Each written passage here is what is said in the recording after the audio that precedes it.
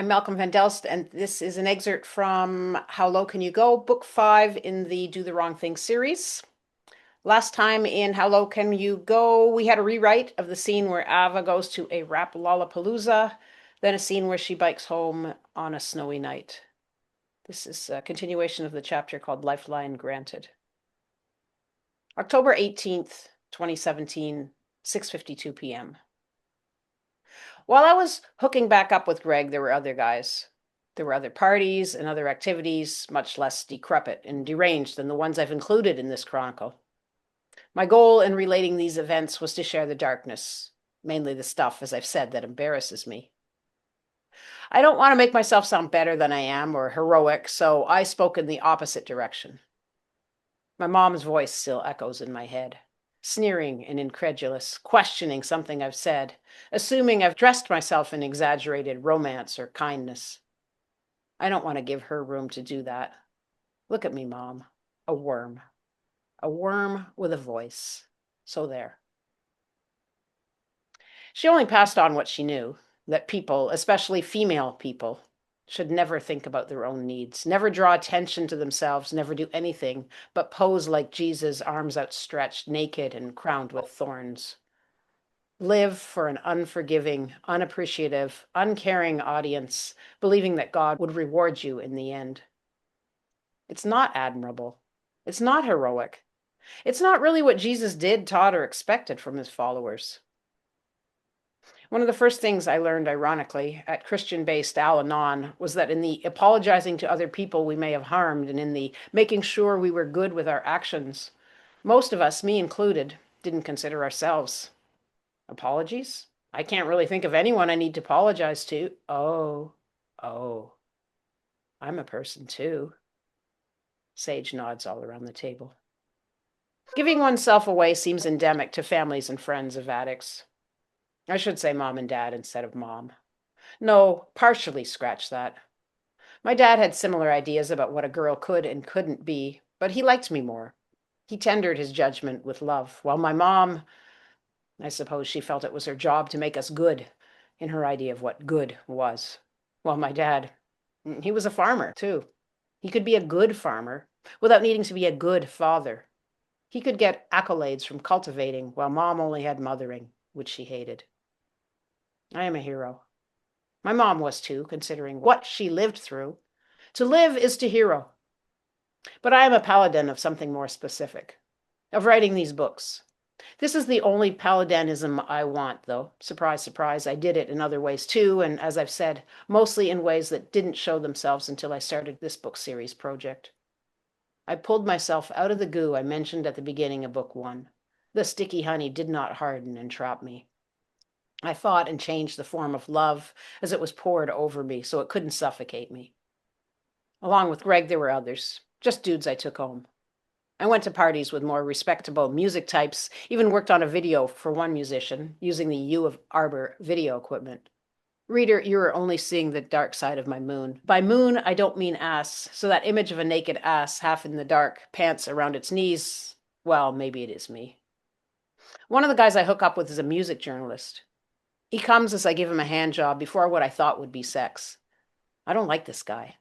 He's chubby and pale with dark hair, cut chin length. He has bangs. But since we have similar interests, I can still see his face in the half light, like the half light of the moon in the paragraph above. He sits on my bed, looking at me as I stroke. When he spurts all over the place, his blank expression flickers slight surprise, but mostly doesn't change. He moves to Concord, and when Concord College of Art invites me for an interview and portfolio review, I call him and tell him I'll be in town. I'm afraid of Concord, as I said, and any anchor is better than none. I go to his apartment after taking the early bus into the city, and we have sex, fight when he tells me the art school is stupid, then I go to my 9 a.m. interview. It feels weird to walk into the interview without showering, still covered with the sweat and juices of a sex act. The women are poker-faced when they go over my photos and slides. They stop at the slide from the section of my basement wall that says Ava loves Greg. The silence is awkward until I say, I don't anymore, and they laugh. Next chapter, acceptance. I've been wanting to dance for over a year now, like really wanting to. I haven't danced since high school, after I decided that if my mom loves dancing, I wouldn't. I don't want to be anything like her, but I gotta stop pretending that I don't want to dance when my whole body aches to let loose and fly. No one from Amoeba or Nerd dances. I've never seen anyone from their mosh, even. We barely go out to bars or shows. Terrified, obsessed, and terrified. I can't stop thinking what a loser I am for not doing what I want to do. Early on a weekday, Luna's is empty except for 5 or 6 black hair dyed, black dressed, black lipsticked, and white faced girls and guys. Luna's is in the hub, walking distance from my house. It's the closest thing to Fantastique in Arbor. Much less cool because, aside from being smaller than Roule's, Arbor is Anglaise and overrun with civil servants who are hardly known for their risk taking, rebellious expression. The Nerd and Amoeba guys sneer at the yuppie fashion victims who go to Luna's. Sometimes I wonder if they're jealous because they can't afford dance bar cover and drink charges. I wear black army shorts, long pants that I've cut off, a green army belt, my black bra spray painted dark green under a black cut-off tee in my docks. I fit in, even if I won't win any sartorial prizes. One guy wearing jeans and a blue tee, long brown hair, stands alone against a wall perpendicular to the goths. Not everyone is cool.